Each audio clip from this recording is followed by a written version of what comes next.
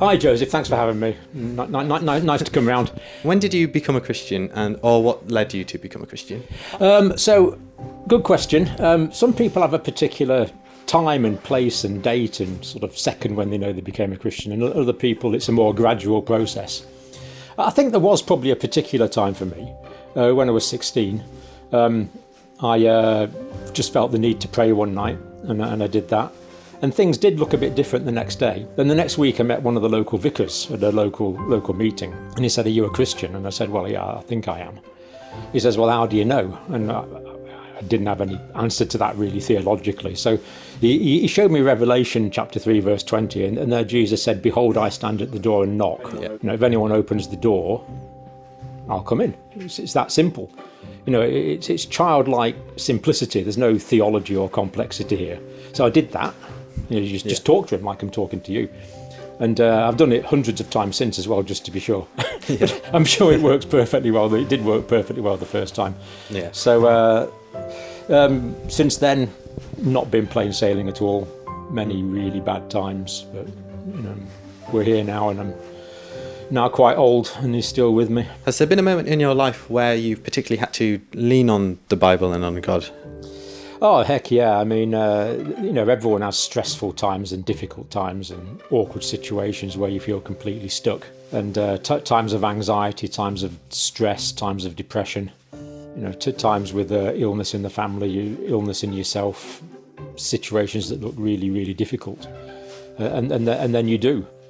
And what I found is, when you look in scriptures, sometimes it doesn't seem to say a thing.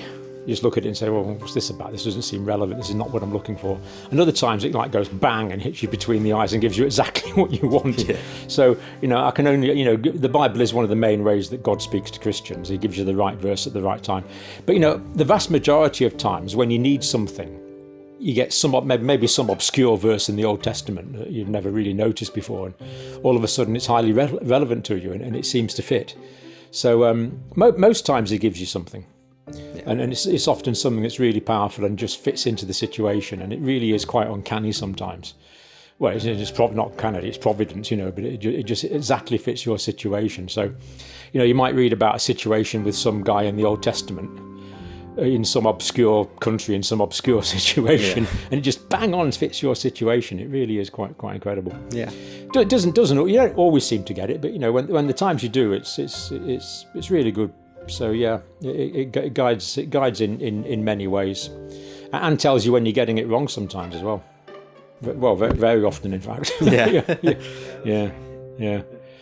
A lot of people don't really think that science and Christianity really mix well together. Yeah. How have you dealt with those opinions? How have you? Yeah, it's an interesting one, isn't it? I've been sort of interested in science really all my life, really.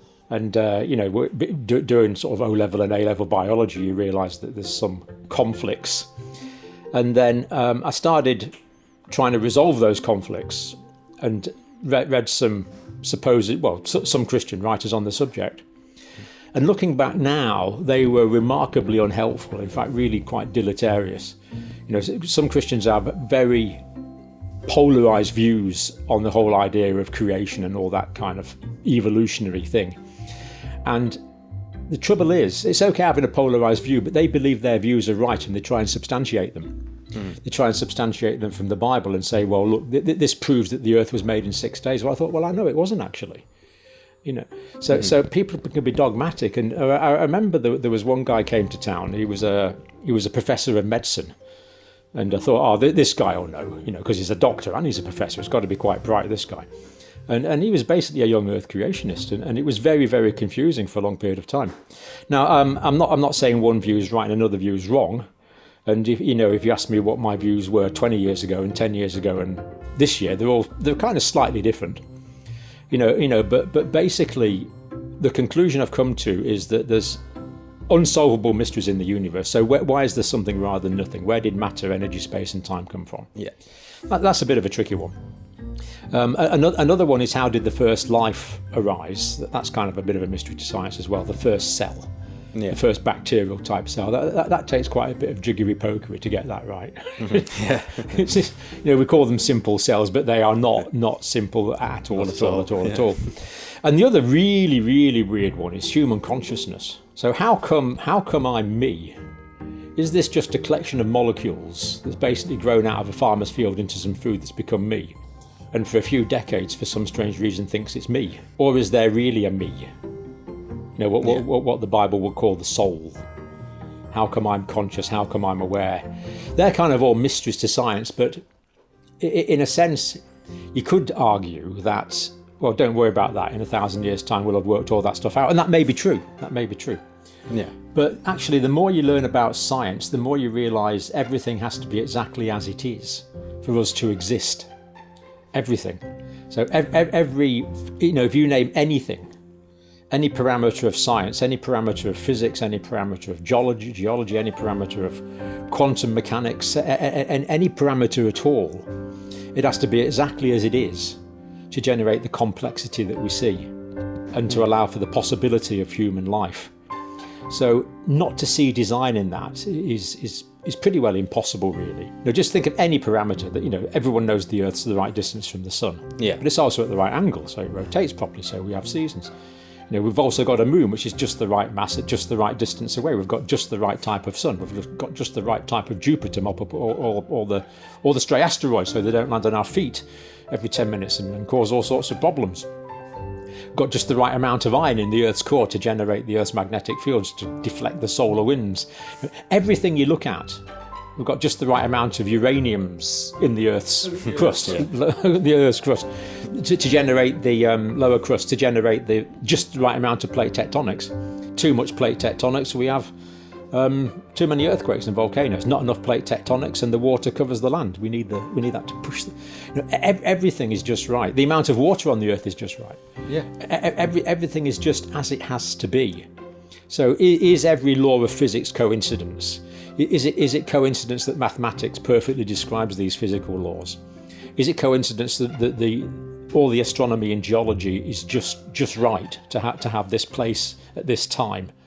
Is it right that all the chemistry is just right, that the periodic table is so simple yet gives rise to the complexity of the human brain with 80 billion neurons and thousands of synaptic interconnections between each one? Yeah.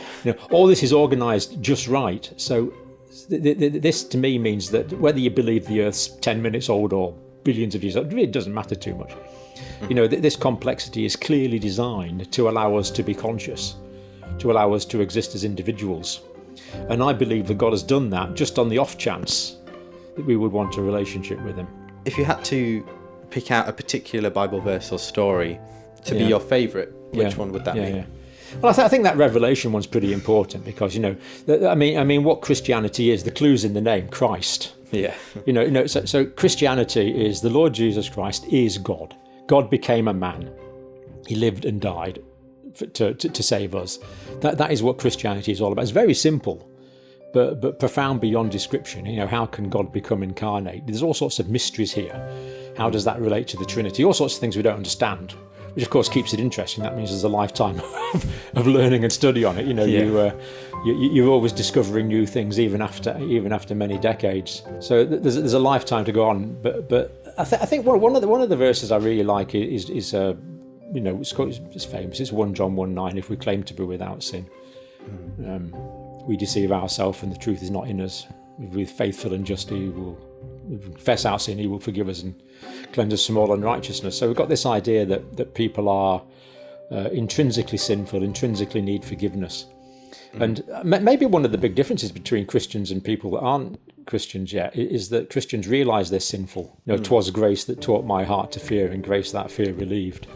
And the longer you go on in the Christian life, the more sinful you realise you are, and that includes me in so many different ways. So how could you possibly forgive? And how could it be that your sin is no longer in existence? He's faithful and just and will cleanse us from all unrighteousness. That simple word, the all word means everything. So when you're anxious, you have these secure things to cling on to. The old literature is good. John Bunyan talks about Pilgrim, the story of the Christian going through the slough of despond. He felt pretty bad. Mm-hmm. and he was sinking. And then he put his foot down and he realised there was a rock that you could put your foot on, so he didn't sink. Yeah. And he walked through the slough on the rocks, and the rocks are the promises of God. And that's all you've got to hang on to. Just believe them in a simple, childlike way. Yeah, I can do that. The difficulty is transposing that into the way you feel, which is quite tricky. I haven't quite worked that one out yet. But you know these things are true. There's no ambiguity about that. Mm-hmm. And how you operationalise it and how you feel about it is a lifetime's work, I guess. Yeah. However long you're given to do that. Well, thank you very much for coming on this interview.